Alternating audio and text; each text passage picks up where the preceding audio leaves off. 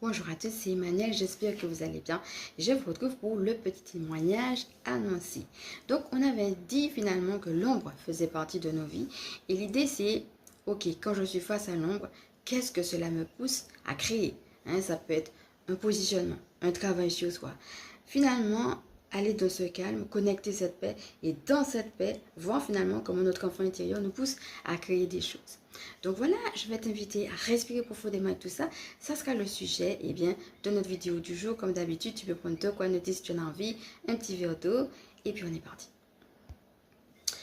Voilà mes amis, comme vous avez pu le constater quand on a fait justement les différentes vidéos autour de la connexion sur notre enfant intérieur, j'ai eu l'occasion de prendre des oracles et je vous avais dit que c'était des oracles à la base, je ne pensais même pas que j'allais devoir les partager. Je me suis dit que si jamais ça devait se faire, ça serait vraiment à un autre moment donné, en bout de chaîne. Pour moi, dans ma tête, c'est si par exemple l'oracle est publié, qu'il y a des dessins, etc.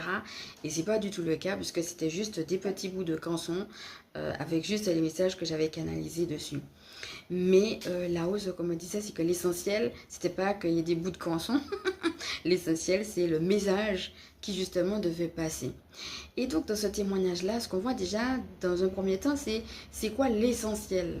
Parce qu'on peut avoir une projection et puis finalement, les choses ne se mettent pas en place comme on l'aurait imaginé. Vous voyez, on a beaucoup parlé des énergies de légèreté. Quand je les ai créées, ben voilà, pour moi c'était une joie, c'était mes créations. Mais en même temps, c'est aussi avec beaucoup de légèreté que je les ai partagées avec vous. Voilà, donc j'espère déjà que cela vous a plu, ça vous a permis aussi un petit peu de rentrer dans mon univers. Et je voudrais on ne va pas parler de tous les oracles, parce que j'en ai plein, il y a juste quelques-uns que j'en ai partagés avec vous. Et comme je vous disais, c'est juste que vous n'êtes pas sans savoir qu'il y a vraiment une période où j'étais malade et tout. On avait même fait un EFT sur les douleurs sur cette chaîne. Donc à un moment donné, j'étais couchée, j'étais pas bien en fait. Et j'ai été visiter. Voilà, par différents, comme par exemple le mot des animaux, ça pouvait être les animaux ou autres. Donc chaque fois, chaque oracle a sa propre histoire. Chaque fois, j'ai été visitée par des êtres à des moments différents, pour des choses différentes, etc.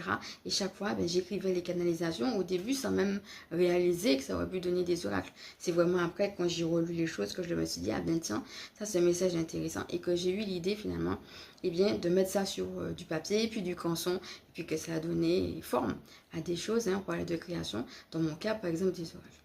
Alors ce que je voudrais partager aujourd'hui, c'est la création du tout premier justement, qui est l'oracle des phrases magiques, et parce que c'est aussi quelque chose